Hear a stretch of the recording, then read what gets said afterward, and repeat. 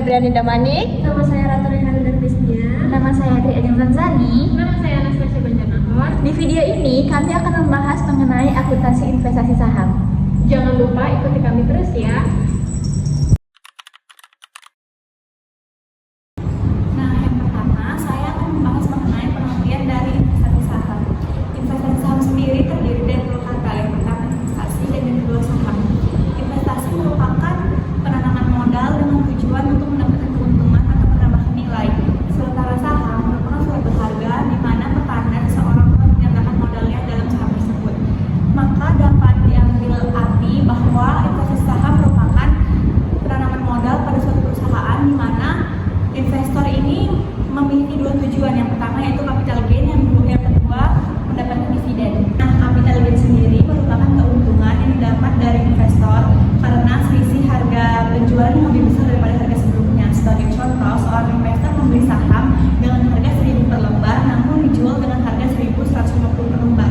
Maka capital gain dari penjualan saham tersebut adalah 150. Yang kedua yaitu mendapatkan dividen. Dividen merupakan keuntungan perusahaan dari penjualan saham yang dibagikan kepada pemegang saham perusahaan tersebut. Nah, selain mengalami risiko keuntungan, seorang investor juga dapat mengalami risiko kerugian. Yang pertama yaitu capital loss. Capital loss ini merupakan keadaan yang berbalik dari capital gain, di mana capital loss ini terjadi ketika harga jual saham lebih rendah daripada harga beli sebelumnya. Seperti contoh, seorang investor membeli harga saham seharga 1.000 namun dijual seharga 900, maka capital loss-nya adalah 100. Nah, yang kedua, tidak mendapatkan dividen. Keadaan ini terjadi ketika perusahaan mengalami kerugian, maka secara otomatis perusahaan tidak membagikan dividen kepada pemegang saham perusahaan. Yang ketiga adalah ketika perusahaan mengalami kebangkrutan. Yang keempat, ketika saham oleh para investor dihapuskan dari bursa efek. Baik, saya akan menjelaskan apa itu karakteristik investasi instrumen ekuitas menurut PSAK 50 revisi 2014. Instrumen keuangan. Penyajian instrumen ekuitas yaitu setiap kontrak yang memberikan hak residual atas aset suatu identitas setelah dikurangi dengan seluruh liabilitasnya. Hak residual ini terdapat pada saham, sehingga instrumen ekuitas yang akan dibahas pada bab ini dan bab-bab selanjutnya adalah saham biasa. Di sini saya akan membahas tentang ciri-ciri saham. Nah, berdasarkan Undang-Undang Nomor 40 Tahun 2007 tentang perseroan terbatas, saham memberikan hak kepada pemiliknya untuk yang pertama, menghadiri dan memberikan hak suara pada rapat umum pemegang saham. Yang kedua, menerima dividen dan sisa kekayaan dari hasil likuidasi. Yang ketiga, menjalankan hak lainnya berdasarkan undang-undang ini. Perusahaan yang membeli saham perusahaan lain sebagai investasinya disebut sebagai investor, dan perusahaan lainnya yang sahamnya dibeli oleh investor disebut sebagai investing. Nah, perusahaan investor yang memiliki lebih dari 50 saham hak suara dari investing mempunyai hak pengendalian atau mempunyai pengaruh yang signifikan terhadap investing. Sementara perusahaan investor yang memiliki kurang dari 50% saham hak suara dari investing tidak mempunyai hak pengendalian atau tidak mempunyai pengaruh yang signifikan terhadap investing. Saya akan membahas tentang akuntansi investasi saham. Mencatat akuisisi investasi atas saham adalah sebanyak yang biaya yang dibayar oleh investor. Pencatatan investasi saham yaitu ada dua metode, yaitu metode biaya dan metode ekuitas. Dengan metode biaya, investasi dalam saham dicatat sebesar biaya perolehan yang dikeluarkan dan dividen yang diumumkan atau yang dibayar tunai dari laba dicatat sebagai pendapatan dividen. Metode ekuitas pada dasarnya merupakan akuntansi aktual untuk investasi ekuitas yang memungkinkan investor menggunakan pengaruh yang signifikan terhadap investasi. Nah, selanjutnya kami akan membahas contoh soal mengenai transaksi investasi dengan metode ekuitas.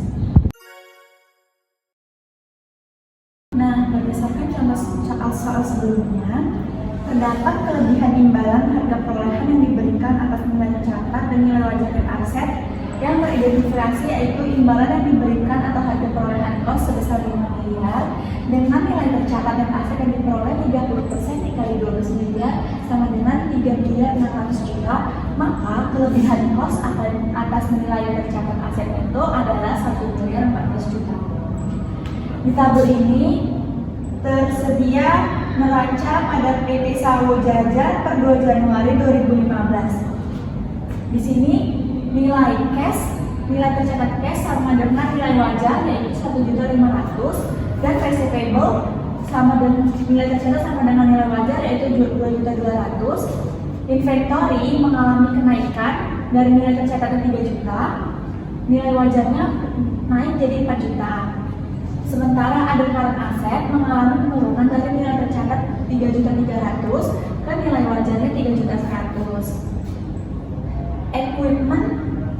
Equipment mengalami kenaikan juga dari nilai tercatatnya 5 juta dan nilai wajarnya 8 juta. Maka total aset dari nilai tercatatnya adalah 15 juta, sementara nilai wajarnya 18.800.000. Nah, selanjutnya yaitu ada account payable. Account payable-nya nilai tercatatnya ada 1 juta dan nilai wajarnya sama dengan nilai tercatat, yaitu 1 juta. Yang kedua, non-payable di sini mengalami penurunan dari nilai tercatat 2 juta ke nilai wajar menjadi 1.800.000. Common stock-nya nilai tercatatnya 10 juta, retained earnings-nya 2 juta, dan total liabilitas stakeholders equity-nya adalah 15 juta. Kelebihan imbalan yang diberikan atau kos di atas nilai tercatat aset retail tersebut dialokasikan kepada yang pertama ada under value inventories yang diasumsikan terjual di tahun 2015. 30% dikali 4 miliar dikurang 3 miliar hasilnya 300 juta. Yang kedua ada over value on current asset yang diasumsikan habis terpakai di tahun 2015. 30% dikali 3 miliar 100 juta dikurang 3 miliar 300 juta hasilnya 60 juta. Yang ketiga ada under value equipment atau masa manfaatnya 20 tahun. 30% dikali 8 miliar dikurang 5 miliar hasilnya 900 juta. Yang keempat ada over value not payable dan jatuh pada 5 tahun. 30% dikali 1 miliar 800 juta dikurang 2 miliar hasilnya 20 juta. Nah, punya nilai goodwill yaitu 200 juta. Jadi total excess-nya 300 juta dikurang 60 juta dari penurunan nilai 3 miliar 100 juta ini ke 3 miliar 300 juta. Makanya di sini dibuat kurung. Kemudian ditambah 900 juta, ditambah 60 juta, dan ditambah 200 juta, hasilnya adalah 1 miliar 400 juta. Dari transaksi-transaksi yang dijelaskan dengan teman saya, PT Pakuan membuat jurnal sebagai berikut. 1 Januari 2015, investment in Sawo Jajar di debit 5 miliar, cash di kredit 2 miliar, capital stock di kredit 2 miliar, additional paid in capital 1 miliar di kredit. 1 Januari 2015, expenses di debit 100 juta, di share premium di debit 50 juta, cash di kredit 150 juta. 1 Juli 2015, cash di debit 300 juta, investment Sawo Jajar di kredit 300 juta, perhitungannya 30% kali 1 miliar. Selanjutnya 31 Desember 2015, investment in Sawo Jajar di debit 900 juta, income from Sawo Jajar di kredit 900 juta, perhitungannya 30% kali 3 miliar.